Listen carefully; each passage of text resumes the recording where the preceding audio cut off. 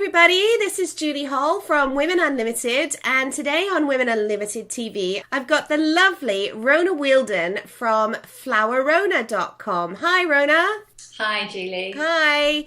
Thank you so much for joining us today. Now, Rona's story is quite interesting because when I first met her, which was probably about 4 years ago, Yes, quite a while ago, Rona was running a virtual assistant business. She was the organized VA, and a very good one as well, I can say.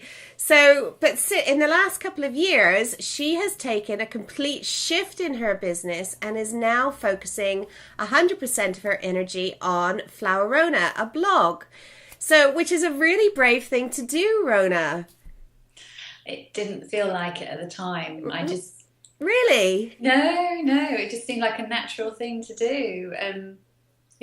Just natural, very natural thing to do. Well, tell us a little bit about that process, because I think quite often what happens is sometimes we find we're doing the wrong thing, following the wrong path, and want to do something different. And you actually took that step. You really broke free from, a very successful VA business to actually something that was potentially quite a bit riskier. How did you come about that decision and make that decision to take the leap? Okay, so I've been running my virtual assistant business for a couple of years and it was going really well. And I decided to have some business coaching because I just wanted to know where the next step was. And the lady said to me, you need to do something creative. Because I was very much reacting. I was proactive in my business, but I was reacting to my clients' needs. So she said do a mood board, which I did, and most of it was covered in flowers. And it sat on my desk in my office for a good 2 to 3 weeks, and nothing happened. And then I'm not sure why, but I started researching design blogs, and the Times had like the top 100 design blogs. And I saw there was this blog called Wee Birdie, and it was all about showing birds, but on things like plates or cups or pictures. And I suddenly just had a light bulb moment, and I thought, well, why can't I do a blog about flowers? And I used to work in the corporate world for the FT, and I retrained as a florist. I did that prior to setting up my virtual PA business, so I knew a lot about flowers. I'd worked in London for a florist and also in Surrey, and so it just was like a light bulb. I'm passionate about flowers. It's creative. I know about blogging because my virtual assistant background. I'd uploaded blog posts for people in WordPress. I'd learned about Twitter through my virtual PA business. So it was just like a marriage of everything. And it just seemed like a very natural thing to do, using my expertise and my passion to build a blog. And when you started the blog, were you still running your business as well? Yes. That must have been tough. Really tough. Basically it was August 2010 when I had my light bulb moment one Friday afternoon, and then I'd been on some blogging courses. I'd been on your blogging course actually, and I'd been on a blogging course by Fiona Humberstone, and Fiona had introduced me to a lady called Holly Becker from Decorate, the blog, and I knew that she had a blogging course, and I thought, well, I'll go on this blogging course, that will really help me. And so I did the course in October 2010. Then I asked Flourish, Fiona's business, to design my customised template for my blog. So I thought, if I'm going to do it, so I'm going to do it properly. And I wanted to stand out. And then I started blogging December 2010. So it'll be 2 years that I've been going next month. And when I started out, I blogged 3 times a week, juggling my other work as well. And I did that for quite a while, doing the 3 times a week. And then gradually I built it up to 4 days a week, then 5 days a week, then 6 days, and now 7 days a week. Oh my gosh. 7 days a week? Yeah. About flowers? Yeah. That's amazing. There's so much content. If I showed you around my office, Julie, I have got masses of paperwork of things that I could blog about. I'll never run out of things to blog about. And I ran both businesses in tandem for about a good 7 to 8 months, and then I realised that one thing had to give, because I didn't want my virtual PA business to suffer, because I was obviously becoming more and more passionate about my blog and where it was taking me. So I decided to sell my virtual PA business. Very luckily found somebody to buy it, and did a handover, and then was full-time running Flower Rona from about November last year. So it's only just over a year that I've been doing it completely full-time. Very exciting. Very exciting. Was it difficult to sell your virtual PA business? No, I wrote a blog post on my blog, and the power of the internet. It was, I put it on Twitter, it was retweeted, and I had quite a few people interested, and then I got it down to a short list. Amazing. So, so you were writing 7 blog posts a week, which is just amazing, because that's a lot of content. So how do you get your inspiration for what to write about? Again, it's not hard. Everything comes to me. It's really not hard. It just feels I'm in the right place at the moment. So I read lots of blogs, and that gives me inspiration. I read magazines, I read books, I go to floristry schools, and I'm very lucky to take part in floristry lessons. I go to fairs, and there's just constantly around me. There's ways for me to get inspiration, and lots of people now know about my blog. So I'm getting lots of people approaching me asking if they can be on it. So that helps as well. That makes a difference. How many visitors are you getting a month to your site? Just over 15,000 unique visitors. Fantastic. And is there anybody else that's blogging about flowers in the UK? Not in the UK. There's only florists who blog about their own work, and there are some brilliant blogs that florists have got out there. There's a lady in America who's got a blog, but she just blogs about the floristry industry in general. And then there's a lady, I think, in Scandinavia who it's just something that she does as a pastime. She has a blog, and she'll put one photo or 1 to 5 photos a day. So nobody's got a blog that features real flowers and flowers on things like art and fabric and anything to do with the flower. So how did you decide what was going to be the scope of your blog? What you were going to include? It was very organic. All I knew was it had to have a flower on it. And that was it. It had to have a flower on it to be on my blog. And what's been really popular has been the interviews that I do with florists in the UK, and they all started because I used to work with Paula Pryke, and I thought, well, because I know Paula so well, I'll ask her if she wants to do an interview, and that proved to be so popular. And I thought, oh, hang on a second, this is something that I can do, as a series. So I regularly interview florists, and because of that, lots of florists like to read my blog.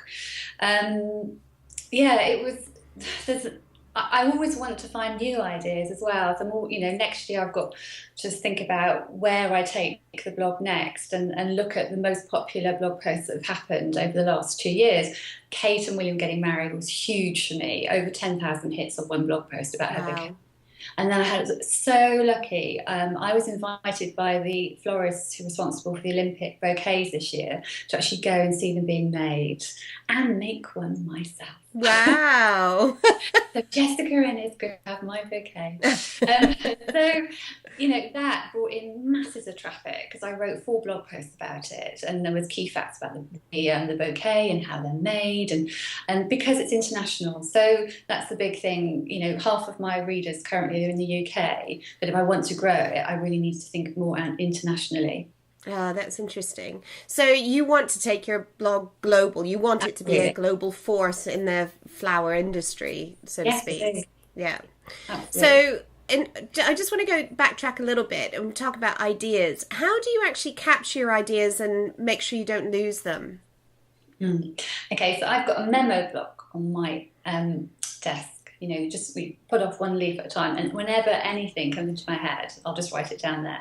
And then I've got a book that is with all my blog posts, and I keep that right by my desk. And you just write them down in there as they come to you. Mm-hmm. Interesting. And why do you choose to have a physical book versus using an online? Like, I've got a Google Doc that I use, so I'm always interested in how other people do this. Because I like to read things that are handwritten. Ah. see, I've got a file of facts rather than an online diary because I prefer to have something written down in Yeah. handwriting. I think maybe it's just my brain, I don't know, but I prefer reading something that's handwritten as opposed to typed. Good. Okay. So, what do you think is the secret to your success at Flaurona? What's really made your blog get so much traction so quickly? Because you have got quite a strong following now, haven't you? I'm very, very fortunate. One thing from the very start was I wanted it to be a place for people to come to be inspired, to brighten up their day, especially on days like we're having Oh, today. don't, yeah. So it's a cheery, happy place. And my husband teased me and says, I live in Rona Land because everybody's lovely, but I want Flower Rona Land to be a place that people come and they can just escape from, the bills and buying the Christmas presents and anything else that's going on in their lives. So I think that helps. It's very bright, it's very colourful, it's very positive. Um, I think also because it's a blog that not many other people have written, it's not a subject that people write about generally. They write about their floristry business or they write about interior design or fashion or sport. So it's a little bit different, which I love, it being so different.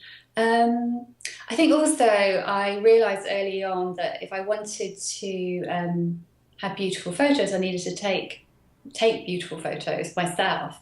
So I went on quite a few photography courses and fell in love with photography. And so I've got unique content, and I think that helps as well. So I'm taking photos of things that other people might not take photos of and blog about. So, if you were to give people advice around how they could do the same as you, what advice specifically would you give? Find your niche. Find something that nobody else has thought about. So you might choose an industry, but there's people who've really shone out and who provide inspiration to me as a blog writer are people who found their niche but add a slant to it. So they're not just talking about interior design, they've got a special slant on interior design that they're looking at. And then people know to come to them for that. It's like buying a magazine in a shop. You buy a particular magazine because you like the style or the images or the way they write it. It's the same with a blog. Okay, so if somebody wanted to research their niche, how would you suggest they might go about doing that? Oh, well, first of all, find out whether there are any blogs on the subject that you want to write about. So lots of surfing on the internet. Yeah. And then, I read lots of books on blogging about, so Pro Blogger is a guy I hugely admire, and he's got a great blog that's helpful in how to define your niche. So I would look at blogging sites like that, Pro Blogger. Great, I'll put a note about that as well underneath. So what are some of the techniques that you've used to build engagement with your audience over the last couple of years?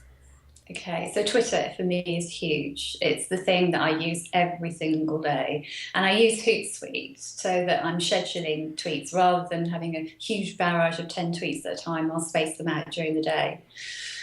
I was really reticent about doing it, but I finally put up a business page on Facebook as well, because I'm not a great personal user of Facebook at all.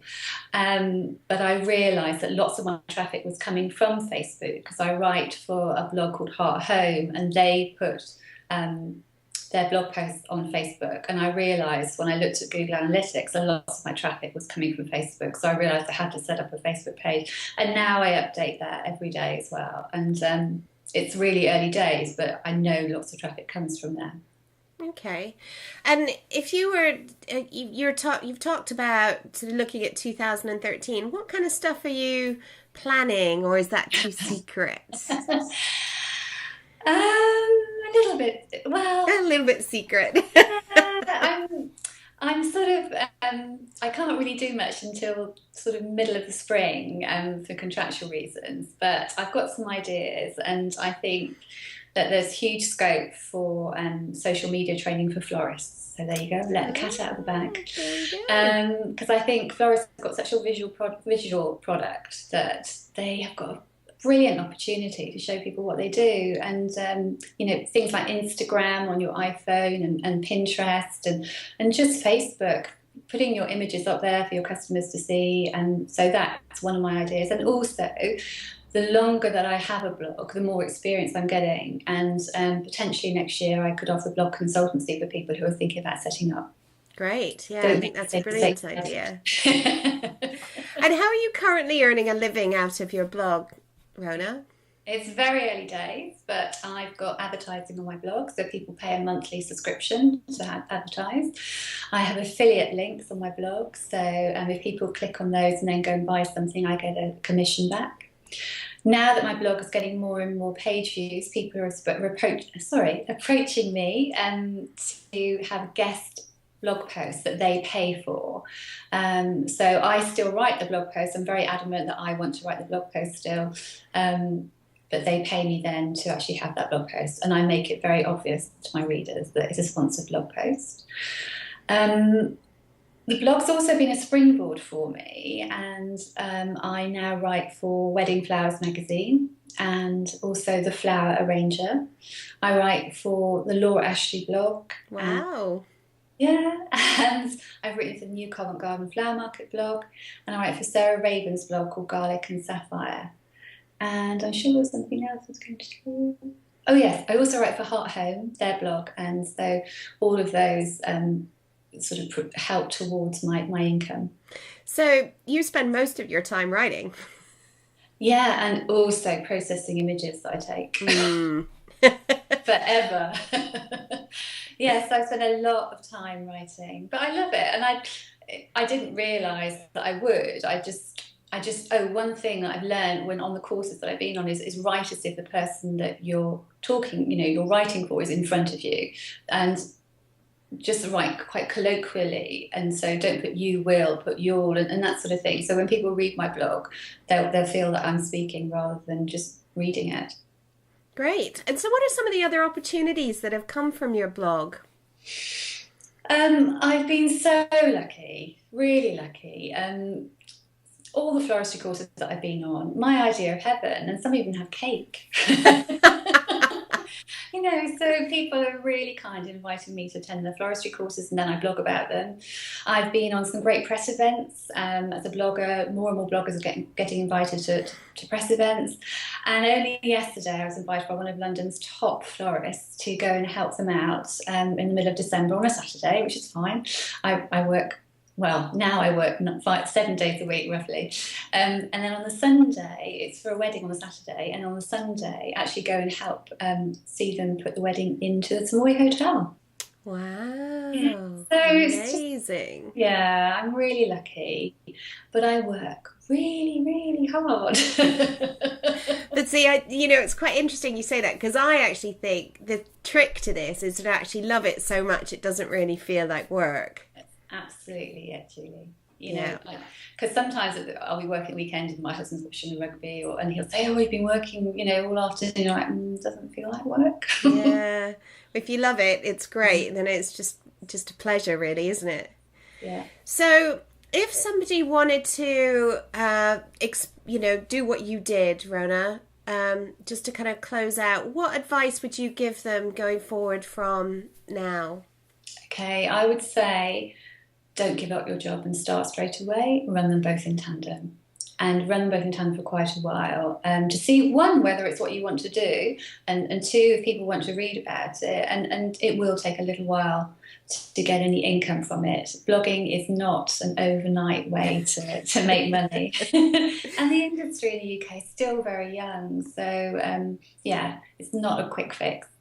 But I think that's quite a good point, because I actually think, particularly in the UK, we're still quite embryonic as far as blogging's concerned. There are some big bloggers, but not that many. And I think there's a massive opportunity here. Absolutely. Well, thank you so much for your time and your great answers. Lots of really interesting things in there. And I wish you all the best with Flower Rona. Make sure you keep us up to date with everything that's going on. Thank you very much, Julie. All right. Thanks, Rona.